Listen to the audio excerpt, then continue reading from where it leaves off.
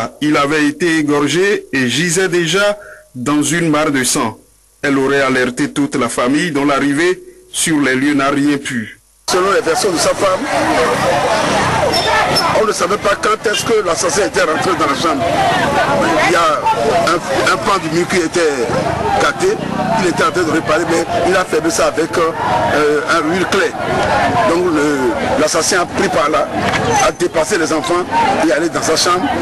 Il a baissé la mèche à la lampe et puis il a égorgé le monsieur. Mais la femme ne savait pas. C'est quand le monsieur s'essoufflait qu'elle a entendu le bruit, elle s'est réveillée, croyant que la lumière était encore là, mais elle a vu que la lumière était éteinte, elle a pris une torche et elle a constaté que son mari baignait déjà dans le sang. Deux proches de la victime ont été aussitôt interpellés par la brigade de gendarmerie d'Atiémé. À en croire certaines sources, la victime aurait entamé une construction d'appartements sur une parcelle litigieuse.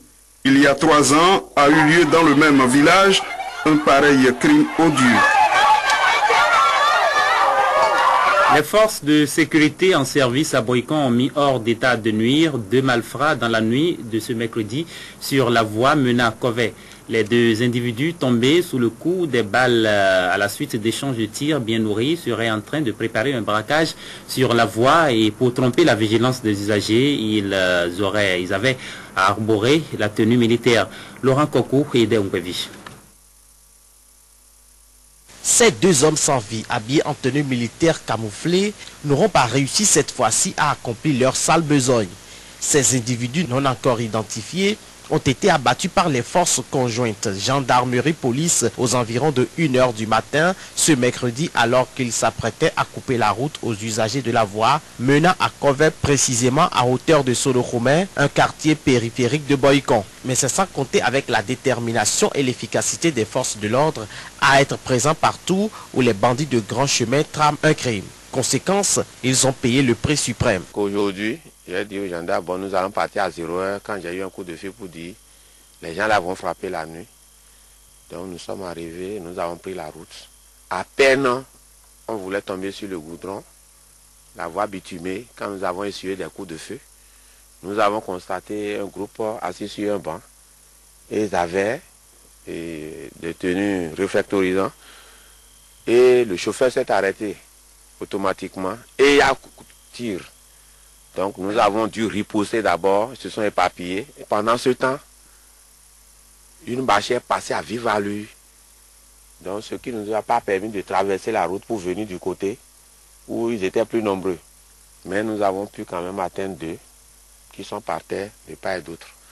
Cette énième opération du genre, menée par les hommes du groupement de gendarmerie et de la compagnie d'Abomey, s'inscrit dans une vaste campagne contre la criminalité qui consiste à décourager une fois pour toutes les malfrats, surtout en cette période annonciatrice des fêtes de fin d'année. Nous rendons impraticable la zone du zoo aux malfrats. La zone du zoo leur est totalement une zone interdite. C'est block-out. Le loup est dans la bergerie, je crois qu'ils ont intérêt à faire attention. Ils ne veulent pas qu'on dorme, eux aussi ne dormiront pas. Pour des résultats plus concluants, le concours des populations s'avère capital. Nous allons toujours lancer cet appel. C'est sur renseignement que le CB a travaillé comme ça. Donc nous demandons toujours à la population de nous renseigner. S'ils nous renseignent, il y aura toujours de bons résultats de ce genre. Et nous n'allons pas nous fatiguer. Parce que la fête, on la fera très belle. Ils ne pourront pas nous empêcher de fêter. Ces hommes en uniforme, garants de la sécurité de nos paisibles populations, se disent décidés à livrer un combat sans merci aux malfrats, même s'il faut recourir aux moyens les plus extrêmes pour que la sécurité ait droit de cité dans la localité. Les fils et filles de Ouida seront en fête du 4 au 11 décembre prochain, en prélude à cet événement culturel qui sera également mis au service du développement de la localité.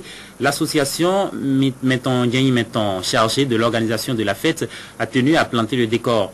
Le président et l'une de ses collaboratrices ont accordé à cet effet une interview à Canal 3 Bénin. On les écoute. L'appel pressant que je tiens à lancer aux filles et aux fils de Ouida, qui me regardaient actuellement là, de savoir qu'il est temps que nous nous retrouvions pour que Ouida puisse se développer et que nous nous tenions par les mains pour que nous sauvions l'Ouida de cette léthargie.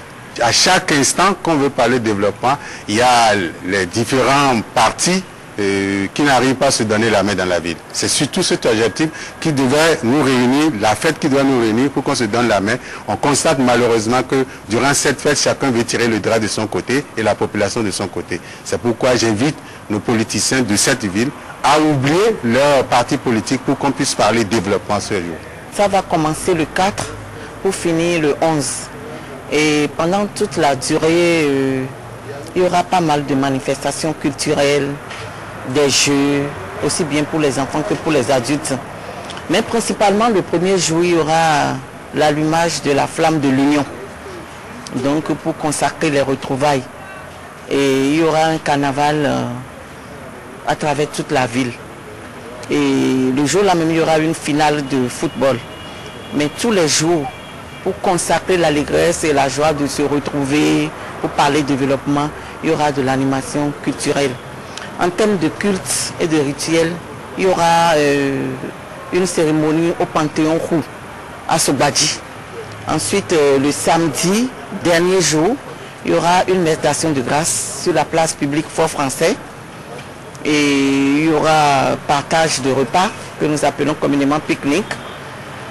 Bon, donc c'est ça en gros le menu de la fête.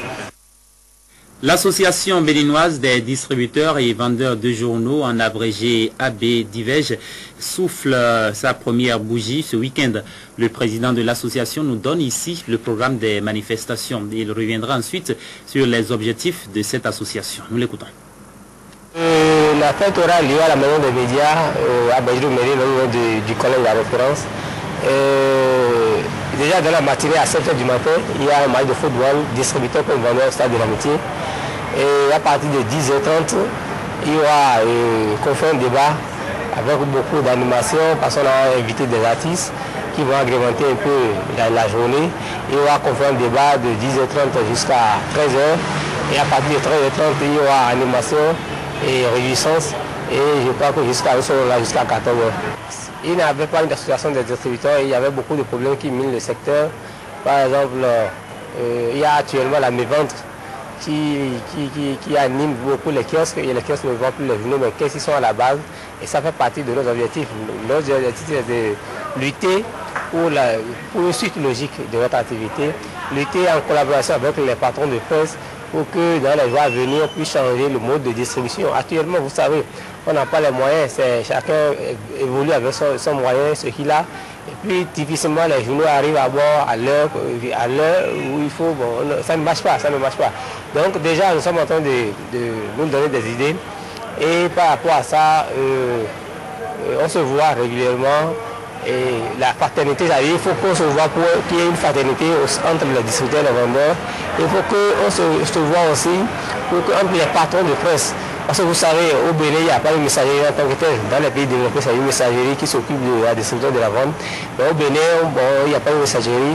Mais il faut alors une association pour qu'il y ait une liaison entre les patrons de presse et ceux-là qui font l'activité sur le terrain afin de trouver une bonne situation.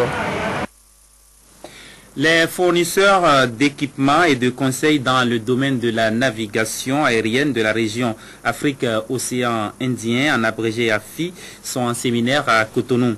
Les travaux portent sur les questions sécuritaires et ont été lancés ce matin. Le président directeur général de la chaîne d'information en continu Africa 24 dans les murs de l'Institut supérieur des métiers de l'audiovisuel ISMA, une visite qui s'inscrit dans le cadre de la mise sur pied du Newsroom Africa 24, une cellule locale chargée de mettre en œuvre des programmes pour la chaîne panafricaine. Le reportage est signé Narcisse Alossé. Constant Demalé, président directeur général d'Africa 24, au cours de cette visite, a fait la connaissance de l'équipe du Newsroom Africa 24 Bénin. Une équipe composée de 6 journalistes et d'un monteur, uniquement issus de l'Institut supérieur des métiers de l'audiovisuel ISMA.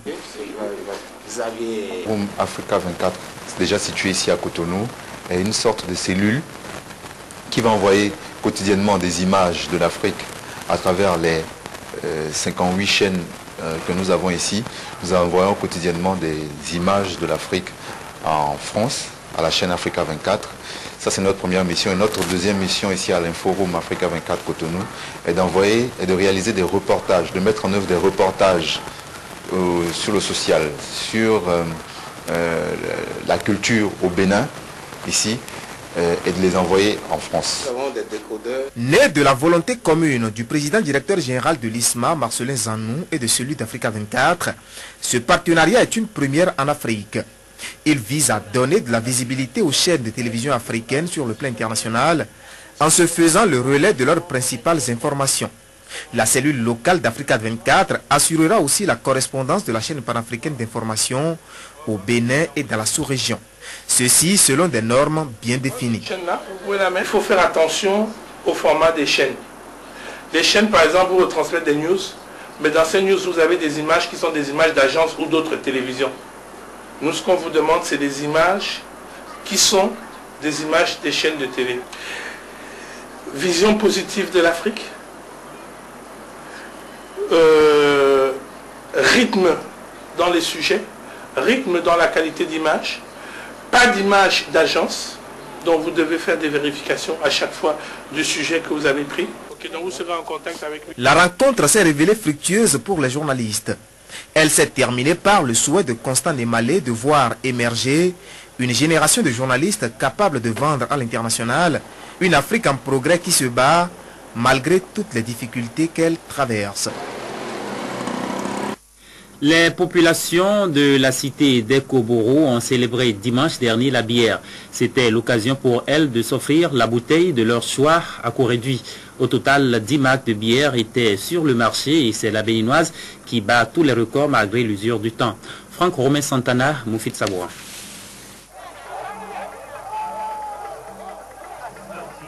Ils étaient des milliers de jeunes gens, jeunes filles, adultes, à prendre d'assaut cette esplanade pour se récréer ce dimanche à l'invitation de la société béninoise de brasserie Sobebra. On avait la possibilité de s'offrir la marque de bière de son choix, mais à prix réel pour satisfaire sa soif. Contrairement aux années antérieures, la clientèle de la Sobebra ne dispose que d'un seul jour pour fêter la bière. Cette mesure, bien que désapprouvée par l'ensemble, n'a pas fait obstacle au déplacement de ces populations en liesse. Faire de bière aujourd'hui là, nous ne sommes pas d'accord. Parce que ça doit faire 3 jours. Avant, ce n'est pas ce qu'on a souhaité. On a pensé que ce qu'ils ont fait l'autre année, les gens vont faire. C'est sur fond de belles sonorités des artistes en vogue que la bière, qu'elle soit la béninoise, la Flag, Castel, Guinness, Ecubavaria, 33 Export, Beaufort Light ou Lager, pour ne citer que ces quelques marques, a coulé à flot dans la gorge de cette marée humaine. Personne n'a voulu se faire compter l'événement. C'est une fois par an, c'est pour cela qu'on est venu se distraire. On dit que ça va faire des bières, nous allons obliger de venir nous divertir. Devenue désormais une tradition, la fête de la bière édition 2010 est particulière au regard des innovations apportées dans l'organisation. La particularité cette année, c'est que le consommateur, quand il vient, il achète la bière qu'il veut au prix recommandé, c'est-à-dire au prix habituel dans les points de vente. Au total, 12 îles ont été répertoriées pour accueillir l'une après l'autre les manifestations de cette fête. C'est désormais officiel. Le Bénin abritera en 2012 le 18e championnat d'Afrique d'athlétisme. L'acte majeur de cette officialisation est la signature ce jour dans les locaux du ministère des Affaires étrangères à Cotonou.